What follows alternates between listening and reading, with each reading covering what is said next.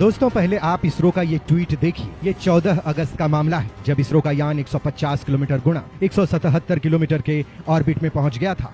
ये लगभग गोलाकार ऑर्बिट ही है। फिर दोस्तों ये ट्वीट देखिए। ये आज का यानी कि 16 अगस्त को सुबह 8:30 का ट्वीट है जिसमें इसरो ने कहा है कि यान 153 किलोमीटर गुणा 163 किलोमीटर के ऑर्बिट में पहुंच गया है। मतलब जो यान पहले नीचे उतर आया था वो वापस दूर चला गया है। अब असल में हुआ क्या है इसरो की टीम के अलावा कोई नहीं जानता है, लेकिन जिस यान को 14 अगस्त को ही 100 किलोमीटर वाले गोलाकार ऑर्बिट में पहुंच जाना था वो अचानक 150 छोड़िए वापस 153 किलोमीटर की दूरी पर चला गया। तो दोस्तों ये चंद्रयान 3 को क्या हो गया? क्या कोई बड़ा खतरा आ गया है? रूस ने कोई खेल किया है या फिर चांद के ऊपर इसरो को कुछ रहस्यमय चीज दिख गई है कि यान को वापस पीछे भेज दिया है? दोस्तों इसरो ने अब बस इतना ही कहा है कि भारत का महत्वाकांक्षी मिशन चंद्रयान 3 चांद की तरफ जाने वाली अपनी आखिरी कक्षा में पहुंच गया है और ये ही वो पल है जहां चंद्रयान की यात्रा में महत्वपूर्ण है लेकिन निर्णायक बदलाव होने हैं। इसरो के मुताबिक इस ऑर्बिट में अब लैंडर को अलग करने की प्रक्रिया शुरू करेंगे। इस मिशन का कैरियर यानी लैंडर और रोवर वाला लैंडिंग मॉड्यूल और अब तक इनको यहाँ तक पहुँचाने वाले प्रोपल्शन मॉड्यूल अब 17 अगस्त तक एक और राउंड पूरा करने के बाद अपनी अलग अलग यात्रा शुरू करेंगे। इसरो की टीम इनकी मोटर्स को चलाकर सेपरेट कर देगी, लेकिन सवाल जस का तस है कि एक सप्ताह तक आगे चल रहा यान आखिर किस भंवर में फंसकर स्लो हो गया और क्या अब 23 तारीख को लैंडिंग होगी या फिर मामला रूस वाले यान के कारण लटक गया है? तो दोस्तों इस मामले में सूत्रों से जो बात पता लगी है वो बहुत ही चौंकाने वाली है और इसरो ने अपने पूरे प्लान को अचानक चेंज कर लिया है। मतलब इसरो अपने प्लान ए से नहीं अब प्लान बी से आगे बढ़ने लगा है। जैसे शेर खतरे को देखकर कदम पीछे खींच लेता है और जबड़ा अंदाज में वार करता है, बस कुछ वैसा ही ये प्लान है। मतलब इसरो ने चांद पर ऊपर बड़ा खतरा देखा है, लेकिन आप भी यहाँ सवाल करेंगे वो बड़ा खतरा क्या हो सकता है? तो दोस्तों एक्सपर्ट के मुताबिक इस पूरे के पूरे कांड के पीछे रूस का ही हाथ है जो अपने यान को डायरेक्टली 100 किलोमीटर वाले ऑर्बिट में डाल रहा है और उसी ऑर्बिट में ऑलरेडी 6 लाइव मिशन चक्कर लगा रहे हैं जो आप भी इस तस्वीर में देख सकते हैं। एक साथ 6 लाइव चंद्र मिशन सामने मुंह बाए खड़े हैं। पीछे से रूस का लूना मिशन भी पीछा कर रहा है। 2 डेड पड़ चुके मिशन भी चंद्रयान 3 के रास्ते में है। ऊपर से 100 किलोमीटर वाले ऑर्बिट में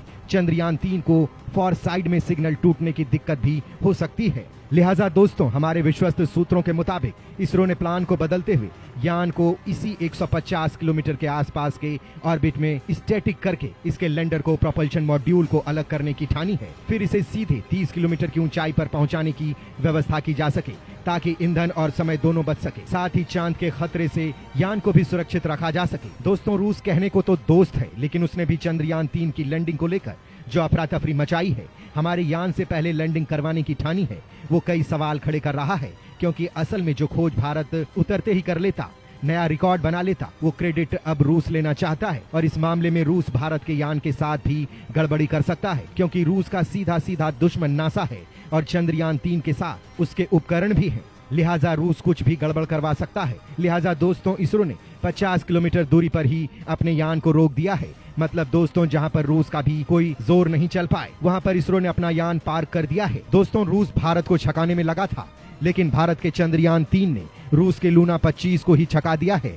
रूस पहले लैंडिंग करना चाहता है, लेकिन इसरो सुरक्षित लैंडिंग कराना चाहता है। दोस्तों रूस और चीन के ऊपर दुनिया भरोसा कम कर रही है क्योंकि ये दोनों ही देश विस्तारवाद में भरोसा करते हैं। चीन जहां जमीन कब्जा में लगा है तो रूस भी यूक्रेन जैसे देशों पर अचानक हमला बोलकर लगातार लड़ाई लड़ रहा है और अब वो दोस्तों भारत को भी नहीं बख्श रहा है। वो चाहता है कि साउथ पोल पर पहले पहुंच जाए। वहां जो पानी है, बर्फ है, खनिज है, उन सब वैल्यूबल चीजों पर रसिया का हक हो जाए। रिसर्च पर अपना दावा ठोक दे और उसके बाद वो चांद पर बेस बनाकर वहां कब्जा कर ले। अब दोस्तों वो अचानक भारत से कंपटीशन क्यों करने लगा है, तो इसको लेकर आपको 2 बातें बताता हूं, फिर आप खुद समझ जाएंगे। दरअसल दोस्तों हमारे इसरो के चीफ ने एक इवेंट में कह दिया है कि चाहे हमारे चंद्रयान 3 के सारे सेंसर खराब हो जाएं, चाहे दोनों इंजन काम करना बंद कर दें, तो भी हम 100% चांद पर लैंड कर जाएंगे। मतलब गजब का कॉन्फिडेंस है। तो दूसरी ओर जब भारत ने चंद्रयान 3 के लॉन्च की बात लीक हुई थी तब रूसी राष्ट्रपति पुतिन ने रसिया स्पेस एजेंसी के चीफ को बुलाया था और अपने लूना 25 की लॉन्चिंग के बारे में बात की थी। साथ ही उसकी लैंडिंग सक्सेस पॉसिबिलिटी के बारे में पूछा था। तो उन्होंने उसके जवाब में कहा था कि 70% चांसेज सक्सेस के हैं और 30% फेल्योर के हैं। अब दोस्तों उस वक्त रूस इस बात को जानता था कि चांद पर पहुंचने में भारत का यान तो 40 दिन लेने वाला है। लिहाजा पुतिन के कहने के बाद उनके वैज्ञानिक दिन रात लग गए उनको मालूम था कि उनके पास ऐसा रॉकेट है जो भारत से पहले पहुंच सकता है, लिहाजा जानबूझकर चंद्रयान 3 की लैंडिंग डेट से 1-2 दिन पहले की डेट चुनी।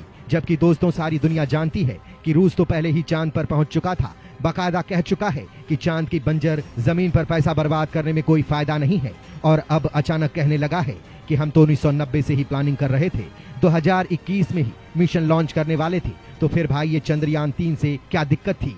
चीन वाले मिशन के दौरान तो हड़बड़ी नहीं दिखाई, भारत से क्या दिक्कत थी? लेकिन दोस्तों वास्तविकता यही है कि जो काम अरबों खर्च करके नासा नहीं कर पाया, रूस 50 साल में नहीं कर पाया, चांद पर रोवर उतार कर चीन नहीं कर पाया, वो भारत के चंद्रयान 1 ने साल 2008 में ही पानी की खोज करके कर दिया। तो वहीं 2019 के आंशिक फेलियर मिशन चंद्रयान 2 ने कर दिया, वो कोई नहीं कर पाया। और रूस भी इस बात को जान गया था कि जब इसरो चीफ ये कह रहे हैं कि चंद्रयान 3 तो 100% उतरेगा, तो पुतिन भी परेशान हो उठे। लेकिन दोस्तों इसरो अब भी बहुत शांति से अपने मिशन पर आगे बढ़ रहा है। रूस को भी चंद्रयान 3 की ताकत का अंदाजा हो चुका है। इस बार चंद्रयान 3 जरूर उतरेगा, हो सकता है कि लेट उतरे लेकिन उतरेगा जरूर। चंद्रयान 2 ने बेशक क्रैश किया था, लेकिन चंद्रमा की सतह पर उतरने से पहले उसने इंफॉर्मेशन दी थी एटमॉस्फेयर को लेकर, वो पूरा रिकॉर्ड हमारे पास मौजूद है। तो वहीं रशिया के पास एक्सपीरियंस 47 साल पुराना है, उसमें भी साउथ पोल का कोई एक्सपीरियंस नहीं है। तो वहीं भारत की बात करें तो